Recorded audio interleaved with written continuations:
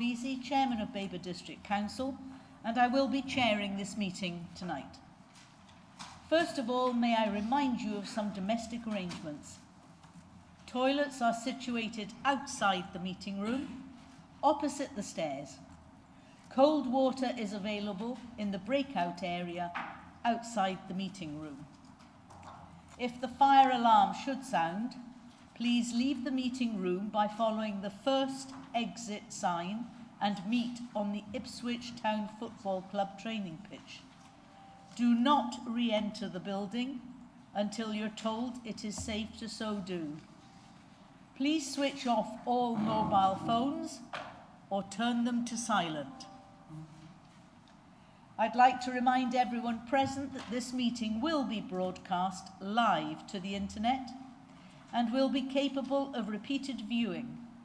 The whole of the meeting will be filmed, except where there are confidential or exempt items. If you make a representation to the meeting, you will be deemed by the council to have consented to being filmed. By entering this meeting, you are also consenting to being filmed by the council and to the possible use of those images and sound recordings for webcasting and or training purposes.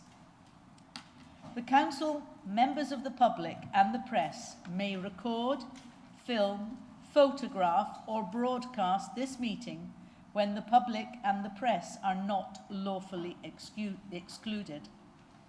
Now, can I move to the agenda? We have apologies for absence.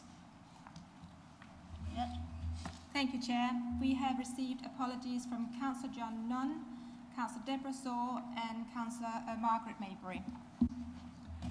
I'd like to draw Council's attention to the fact that Councillor Maybury has been very ill. I think she's now been released from hospital, and it is understood that she won't be able to join us until after the new year. So I would like to take this opportunity to wish her, on your behalf, a speedy recovery. Thank you. Declarations of interests by councillors. The monitoring officer has granted dispensations to all councillors for consideration of the joint local plan. Are there any other declarations of interest? No? Moving on, we move to item 3, BC/23/25, and this is to confirm the minutes of the meeting held on the 24th of October 2023 for accuracy only. Are there any issues with the accuracy? No. Can I have a proposer, please? Councillor Jameson and Councillor Plum seconding. All those in favour? Yeah. Okay. That's carried. We now move on to paper BC/23/26, announcements from the Chairman and Leader. I refer you to this paper and it is for noting. Thank you very much. I'd also like to invite Councillor Ward, Acting Leader, to make his announcements. Thank you, Madam Chairman. Firstly, swimming pool funding. We were pleased to hear we have been awarded funding of £115,000 to help offset increased utility costs at Hadley Pool and Leisure. The successful bid came from Sport England Phase 1 swimming pool grants funding. Unfortunately, a first-round bid for funding to help the Kingfisher Leisure Centre in Sudbury was unsuccessful. As councillors will know, swimming pools are particularly dependent on energy use, so inflation and soaring energy bills have put leisure providers under increasing financial pressure. We obviously welcome this funding and hope for further support in the second round for all our pools and leisure centres facing the same challenge. Next, on the support for those impacted by the recent floods. It is a month since severe flooding hit a number of our communities, and for many of our residents, the recovery continues. The government has announced grants for homes and businesses that were impacted, £500 for homes and £2,500 for businesses, to assist with initial recovery costs. Babergh District Council has been working with neighbouring districts and Suffolk County Council to get these grants to those eligible as quickly as we can. We will be able to start distributing funding before the end of this month.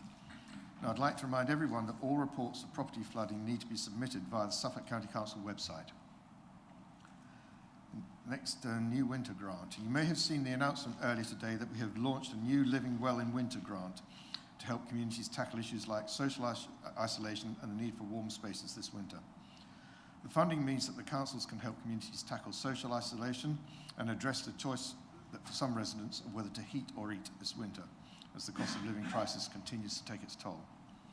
Community groups can apply for a minimum of £500 and a maximum of £2,000. Applications are now open and can be submitted until Sunday 17th of December.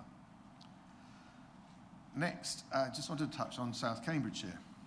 You will all probably be aware now that Suffolk Borough and District leaders wrote an open letter of support to the leader of South Cambridgeshire District Council, Bridget Smith, regarding their trial of a 4-day working week.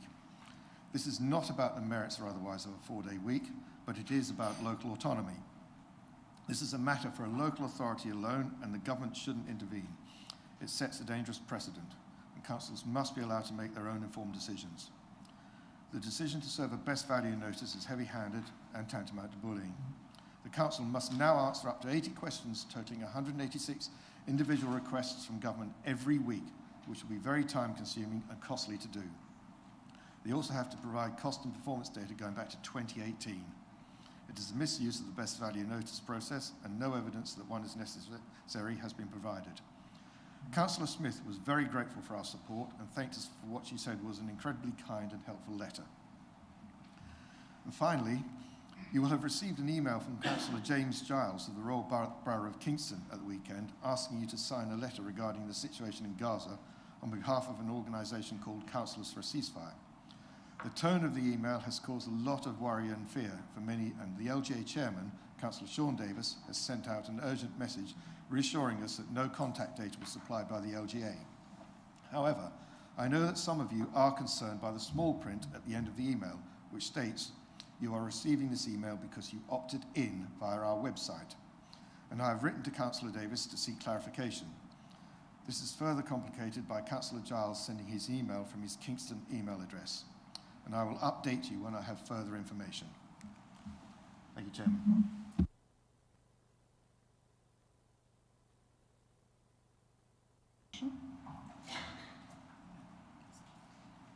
Councillor Holt.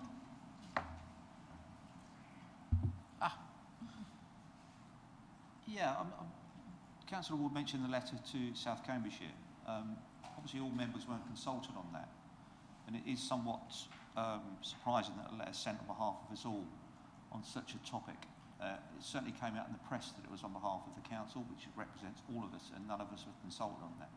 And going forward, I'd like to think that we could all be consulted on things similar to that, because we all might not agree.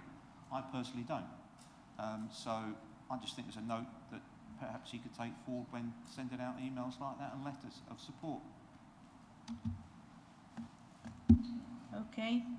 Councillor Ward. You okay?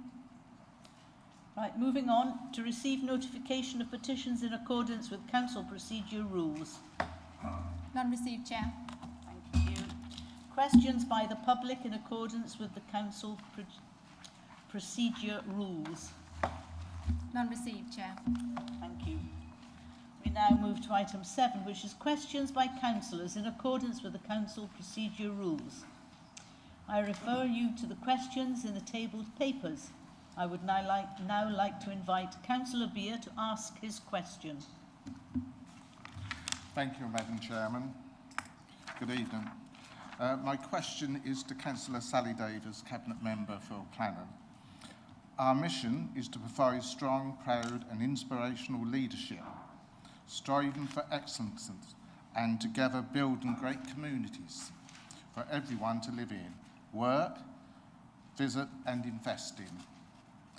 Can the Cabinet Member for Planning, Councillor Sally Davis, please inform us how many homes have the Planning Committee approved for construction since the 4th of May 2023?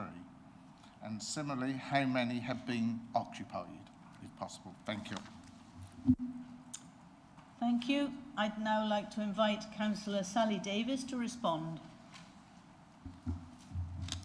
Thank you, Councillor Beer.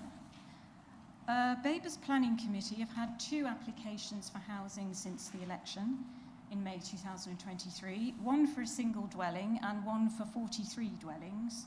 Both were refused. However, we have issued planning permissions for over 800 dwellings since the election, and planning officers under delegated powers have approved 64 dwellings. Thank you. Councillor Beer, would you like to ask a supplementary question? Yes, Madam Chairman. Was the figure 800? Can you just give me that again? Sorry. We've issued planning permissions for over 800 dwellings since the election. Right. The 800 planning permissions that you've issued, they weren't the result of the planning committee since the 4th of May. No, so that isn't part of what I asked you then. Thank you. So if we've not approved any since May, I believe in our policy, Madam Chairman, it is 416 that Babergh is expected to provide towards the government's total. Is this correct? And at the rate we're going on, is this a minimum? Because the 880 are nothing to do with the question that I asked. Thank you. Thank you. Councillor Davis, would you like to respond? Yes, well, it's not that we haven't approved any since the elections. As I say, planning officers have approved 64 dwellings since the election. For the year April to March 2023, there were over 600 completions. That's against the annual requirement of 416, as you rightly said. And picking up the second part of your question about occupation, we've seen 347 homes completed for occupation since the election. Thank you. I'd now like to invite Councillor Riley to ask his question.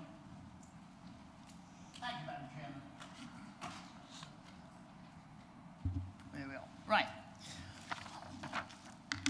So, Babergh and Suffolk are advertising for a political assistant to support the new Green Party administration at an exciting time, not my words, theirs, at an exciting time for Mid-Suffolk District Council.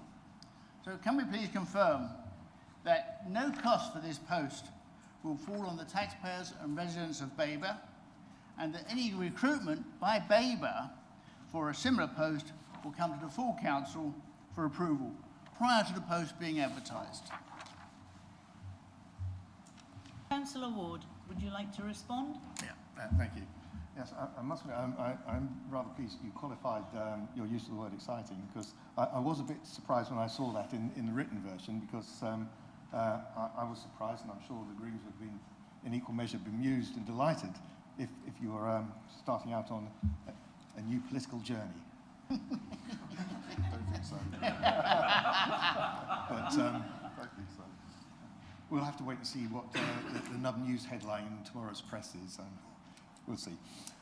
Anyway, but in response to the first part of your question, although the two councils are working together in a very successful partnership, we are separate councils with our own budgets and spending programmes. The political assistance is solely a Mid-Suffolk matter and covered within their budget. No part of it will be financed by Babergh. Just as the Mid-Suffolk report went to their council in September, the same would apply to us should it be proposed for Babergh. I must stress at this point that we have no plans to follow. I'm not convinced of its value, and we can't afford it. Thank you. Councillor Riley, would you like to ask a supplementary question? Thank you, Madam Chairman. What's happened? Why are we so concerned for the taxpayers and residents of Babergh all of a sudden? Are you asking a question? I am. Sorry, these weren't the answers I expected, and I'm grateful for that as well. Actually, I'm going to stand down. I'm going to leave the answer as it is. Thank you, Councillor Ward. Thank you, councillors. Yes, that was. Yeah. Moving on, we now move to paper BC/23/27, Babergh and Mid-Suffolk Joint Local Development Scheme. I would like to invite Councillor Sally Davis to introduce the paper and to propose the recommendation in the report. Chair. I will shortly be asking Council to adopt Part 1 of the Joint Local Plan. Before I do that, I must ask you to approve this document, the Babergh and Mid-Suffolk Joint Local Development Scheme for the years 2023 to 2026. It's essentially a work programme. It sets out the timetable for the next stages of preparation relating to Parts 1 and Part 2 of the Joint Local Plan. We must agree this updated timetable before we can adopt Part 1. In the Local Development Scheme, you will see the Council will be revising the Community Infrastructure Levy charging schedule.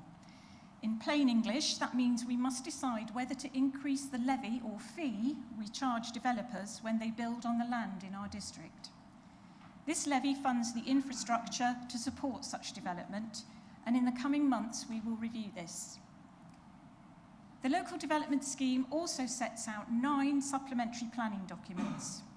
These will provide more detailed guidance on the policies set out in Part 1 of the Local Plan.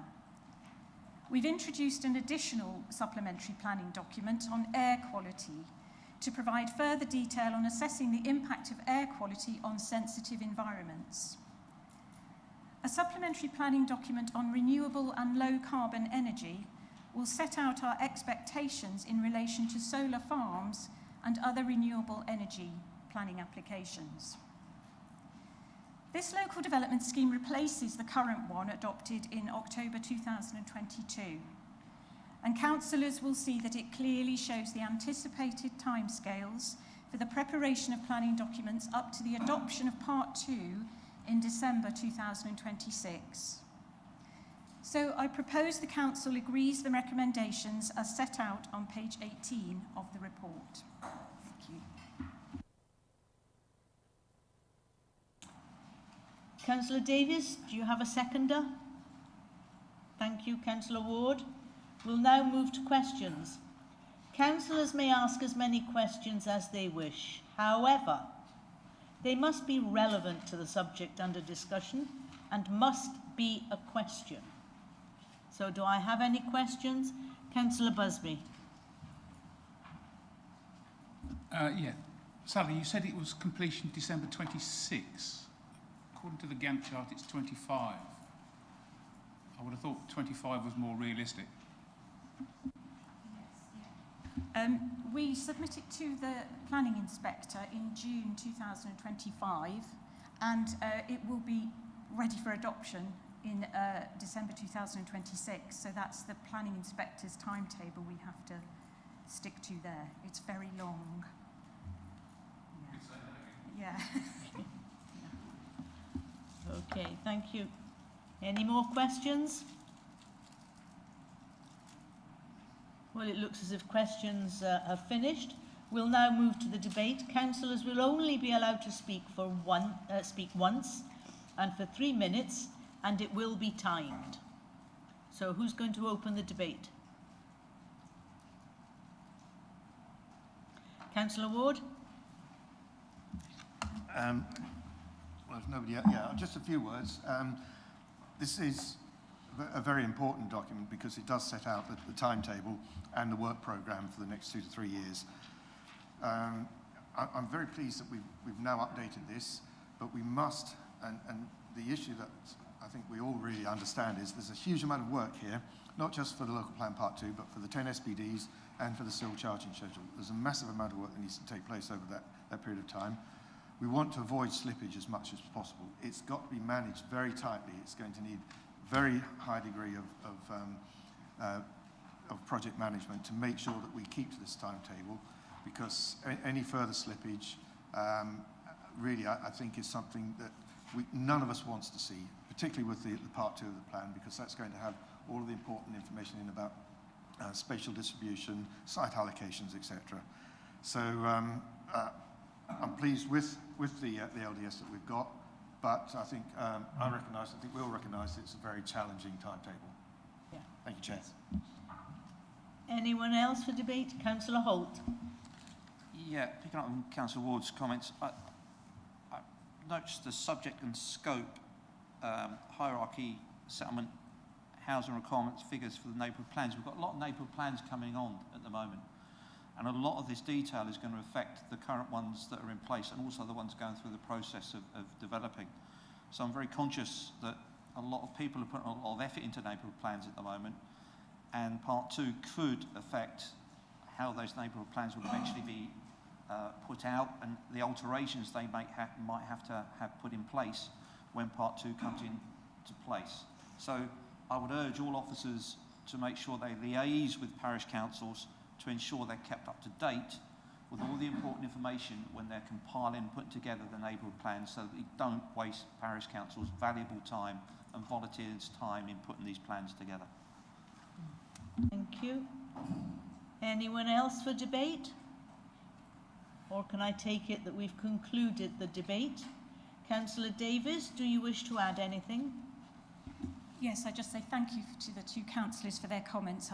We're obviously extremely aware that we must meet this timetable. There are the things we can control are planned for. There are some things like dealing with external bodies that are possibly not in our control, but I know that the officers are looking to take that into account, and absolutely the part about neighbourhood plans is absolutely vital. So thank you. Thank you. I'll now ask the Assistant Manager Governance to conduct the electronic vote. Thank you, Chair. That vote is now showing in blue on your app. You might have to scroll down a bit.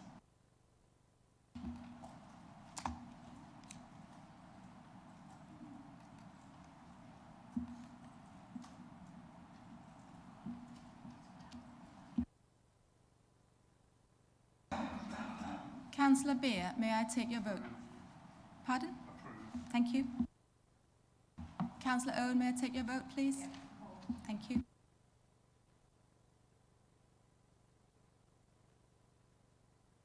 Councillor Riley, may I take your vote, please? Approved. Thank you.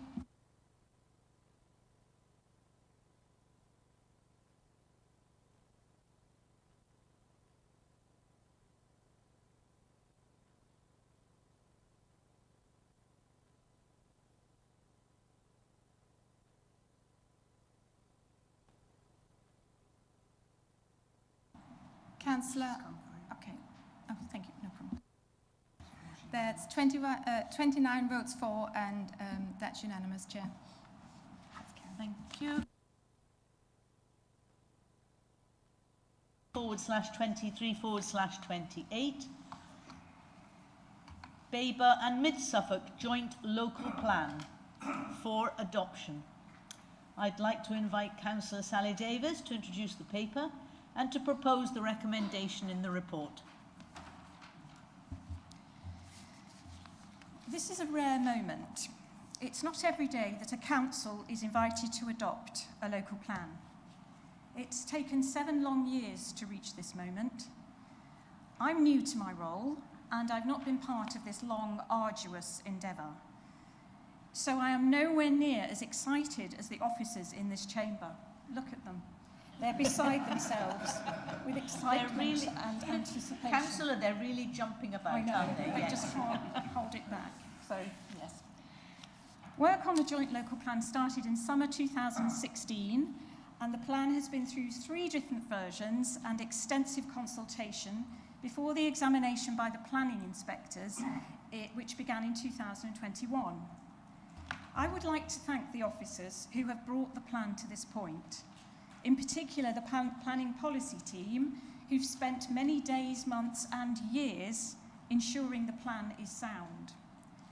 I particularly thank Robert Hobbs, a man with a formidable grasp of detail, who has navigated through this highly complex process with dogged determination, and I am sure he's going to continue to do so for part 2.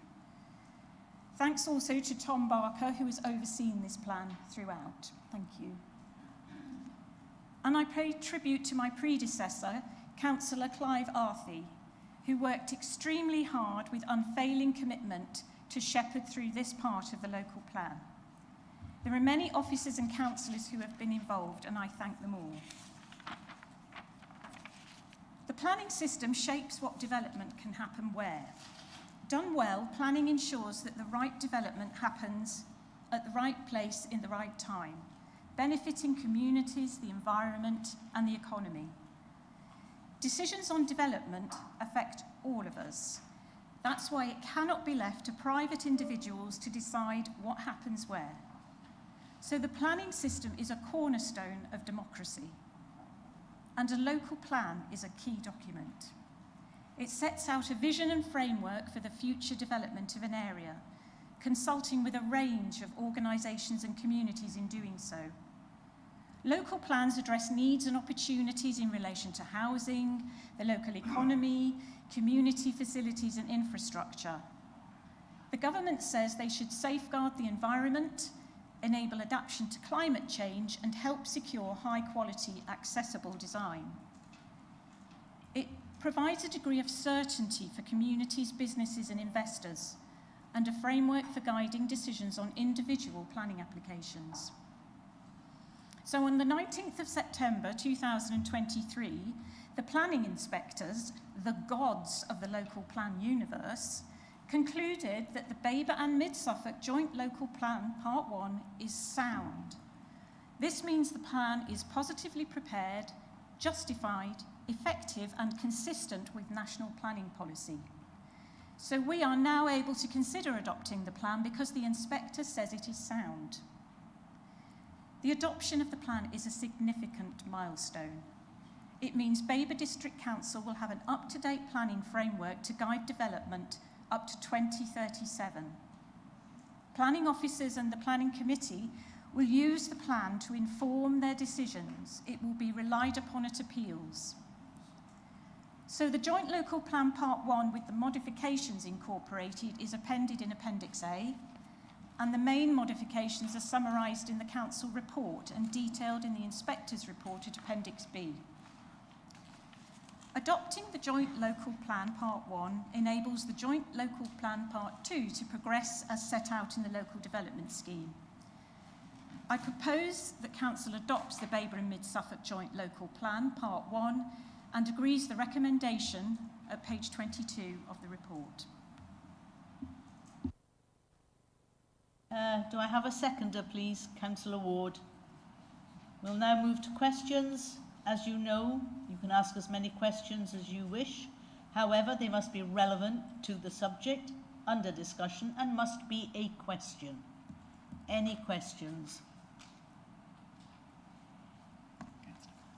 I know it's Dan. Thank you, Councillor Davis.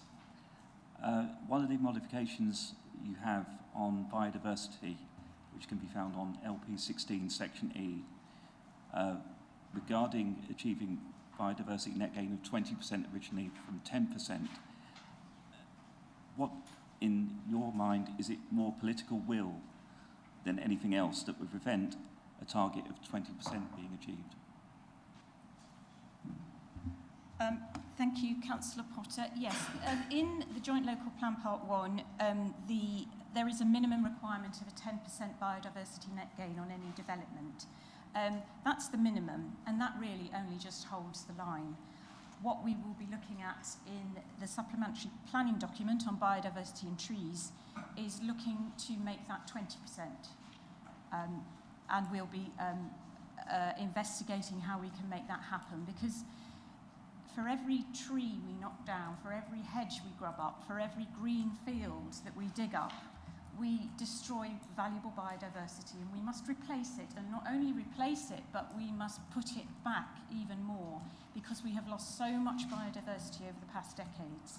So 10% is not enough, and we will be looking to put 20% in a supplementary planning document.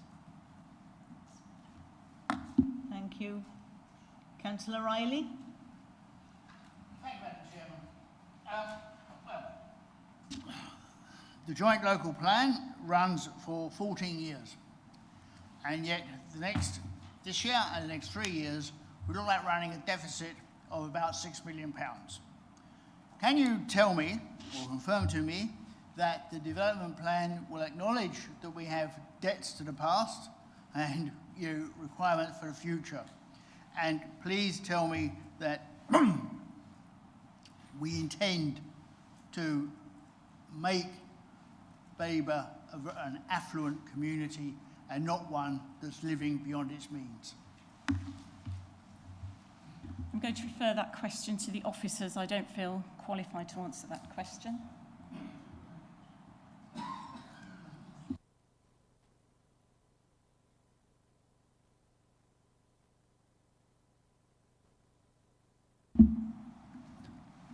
Through you, Chair. The plan aims to deliver sustainable growth throughout the plan period. It plans from 2018 through until 2037. The councils have delivered, through planning permissions already, a significant number of the dwellings that are required across the plan period. Over 90% of those dwellings that are required across the plan period already have planning permission. So Babergh is currently holding a number of extant planning permissions that can be implemented over the next 2, 3, 4, 5 years and beyond. So we're confident that Babergh will be able to serve the housing needs that are required throughout the plan period. Questions finished? We'll now move to debate. To repeat, you can only speak once and for 3 minutes. Who'd like to open the debate? Councillor Holt? Thank you, Chair. Whilst I welcome JLP 1, we must not forget this was not a success. The inspectors pulled it apart, and as a result, we have JLP 2. If we'd have been standing here today with a complete local plan, I think we could all agree it would have been a success, even though it had taken a wee while to get there. But I hope, and I'm reassured by Councillor Davis's comments, that during the coming years, until the end of 2025, when our term ends, not 2025, thank you, that we will be a long way along the road to having JLP2 in place. But as I say, we must not forget that we should be celebrating a complete plan now, and we're not. Thank you. Anyone else? Councillor Jameson, then Councillor Ward. Okay, yeah, I'd like to echo Councillor Holt's comments that, you know, this isn't a perfect plan. There are a lot of things there that could have been better, and it has, as Councillor Holt said, hasn't been a success over the last few years, the amount of time it's taken and the problems that we've experienced. But we are where we are, and we do need a plan. We've got to have a plan, and I will be supporting the plan, definitely. But yeah, we've got to remember that it wasn't a success, and hopefully with the supplementary planning documents we can make improvements where they're needed. Thank you. Thank you. Councillor Ward? Yeah, I would take issue with Councillor Holt saying it hasn't been a success. The whole process is very, very difficult. We all know that. Councils up and down the country have been struggling with the process, and it is very, very difficult to satisfy the examiners on this. Yes, we've got a two-part plan, but that was a pragmatic decision and option given to us by the examiners. We've now proceeded. We're in a stage where we can approve part one, and let's not diminish the importance of that. Part one contains 10 strategic policies, 32 development policies.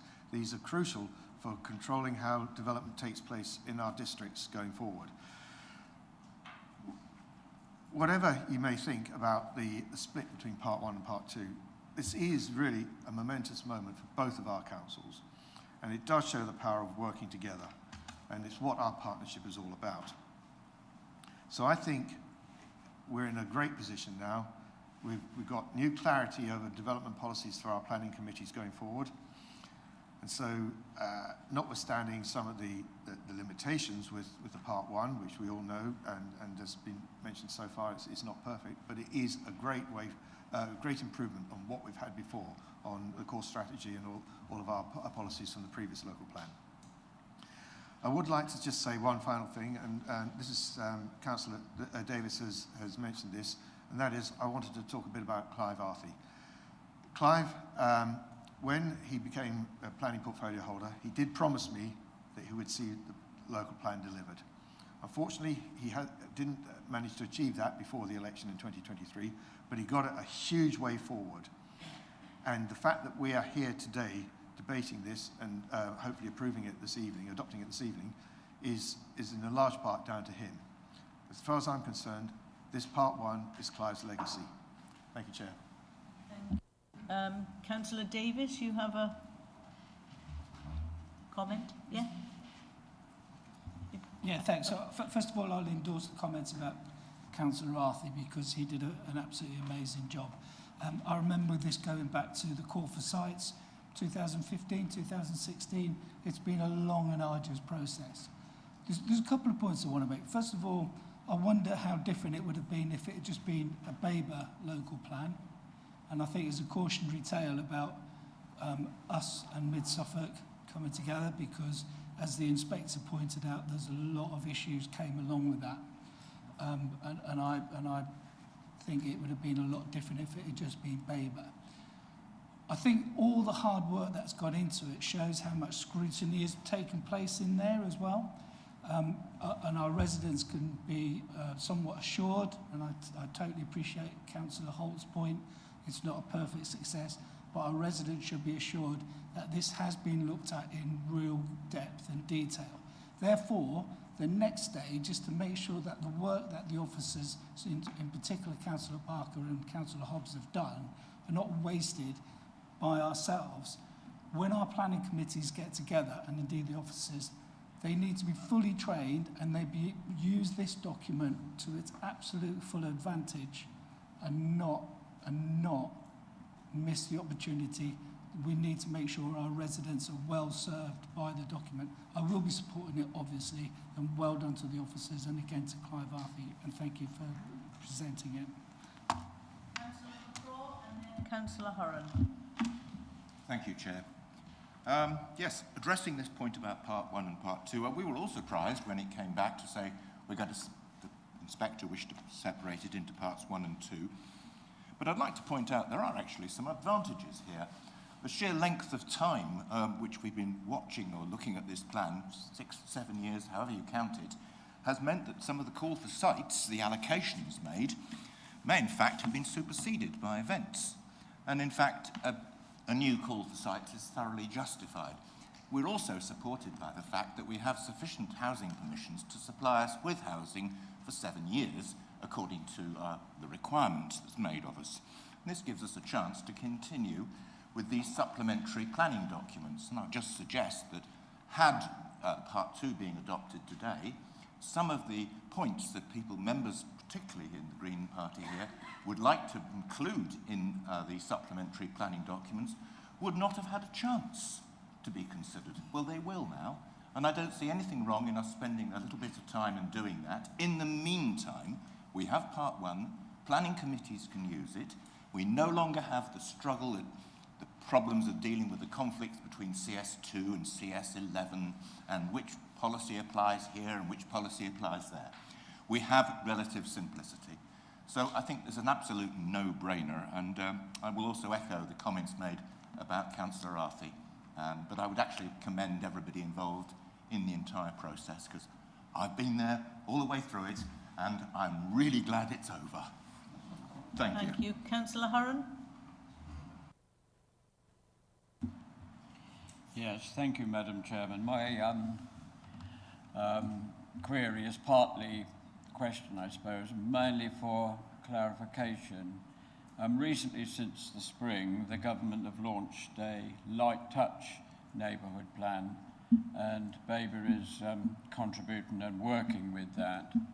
And I've just wondered how the team think that can be incorporated into the final joint local plan.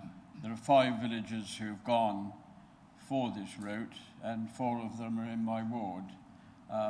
3 probably joined together and 1 just outside. So I'm just wondering, as we develop, it's probably a question for the officers more than Councillor Davies, but what weight will this new light touch plan have, and how will it be incorporated into the joint local plan for the 2 councils? Thank you. Thank you. I think that's the debate concluded. Oh no, not at all. Councillor Busby and then Councillor Riley. Thank you, Chair. And Dan. I have some concern, actually, with this whole process. What concerns me is it's now going to take us 3 years to do stage 2. That's 3 years with living with our existing approved applications. My concern is that we're desperate for social housing, housing that people can afford, and I'm not convinced that the applications that we've already got approved will deliver those social houses. And not having a stage 2 in place for 3 years means that we're going to be waiting some time before we can actually get that social housing. I think we've got to be very careful on our planning and the way we deal with it, how we can deliver social housing, because it is a desperate need throughout the district. Thank you. Councillor Riley? Concern when I start hearing people say that we can't allow the private sector to run rife. Because we can't let the private sector run rife, but we should be working with the private sector. Councillor Ward talks about control. This is very socialist that we are. You're under control, sir. We can go back to the. Yep. You use control. Anyway, we'll move on. All right. What we need to ensure in these plans coming forward and their implementation is that we are open for business, that we make Babergh an attractive place to be, both in the planning procedures and the planning policies. And that's my point. I don't want to see the documentation, the policies, the procedures, and the protocols get in the way of our doing business. All these things are important because they assist us in going forward, not get in our way. And that's all I'm going to say. Thank you very much. Mr. Barker, I got the impression that you wanted to clarify Councillor Busby's interpretation.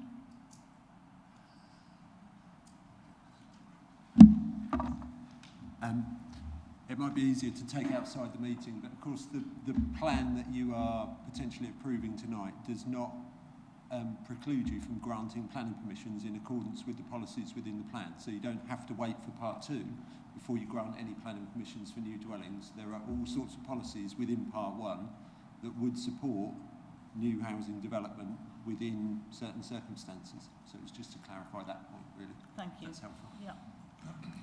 Councillor Beard, did I detect you wish to debate? I was debating a point. I mean, except what my colleague here says about Babergh and the business, and I'm sure we are. But could I just be assured, because it's in the plans, the local plan somewhere, that the development of encouraging employment for people, we need better jobs, better skills, so that people can afford the affordable houses that we're trying to provide for them. So can we be sure that while we're going forward with the local plan, that we can somehow encourage better jobs and skills for people? Because that's important. Unless we raise the earning power up in this area, we're not going to be doing a service to our residents. Thank you. Okay.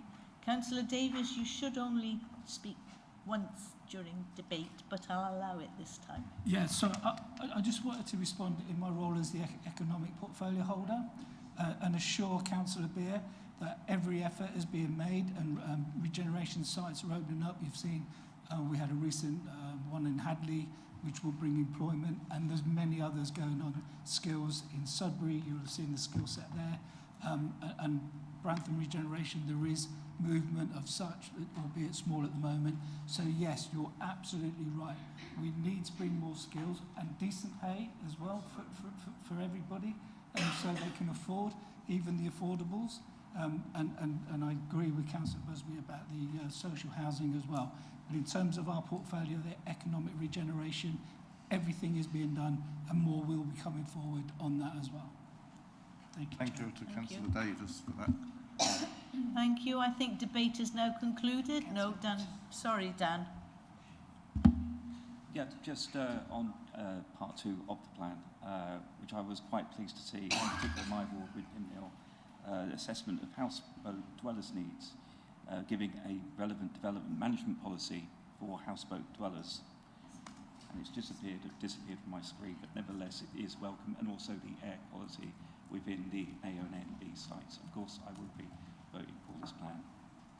Okay. So it's very good, promising news in that part 2 of the document. Thank you. Okay. Concluded the debate. Councillor Davies, do you wish to sum up? No, nothing further to say. Okay, that means that we can now ask the Assistant Manager Governance to conduct the electronic vote. Thank you, Chair. Members, that vote is now showing in blue on your app. Councillor Owen, may I take your vote, please? Councillor Riley, may I take your vote, please? And Councillor Beer. Thank you.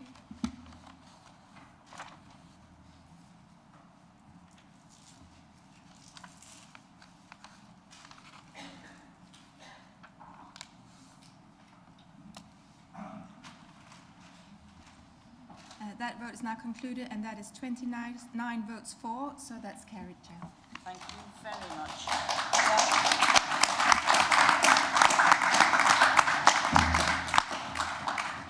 Well done, everyone. Now we move on to councillor appointments, and I'm not aware of any changes to placings. And the next one is motions on notice. We have not received any. So I now, I'm pleased to inform you that since there is no substantive business, the meeting on the 19th of December is now cancelled, and we shall meet again on the 23rd of January 2024 at 5:30, and therefore at 18:17 I declare the meeting closed.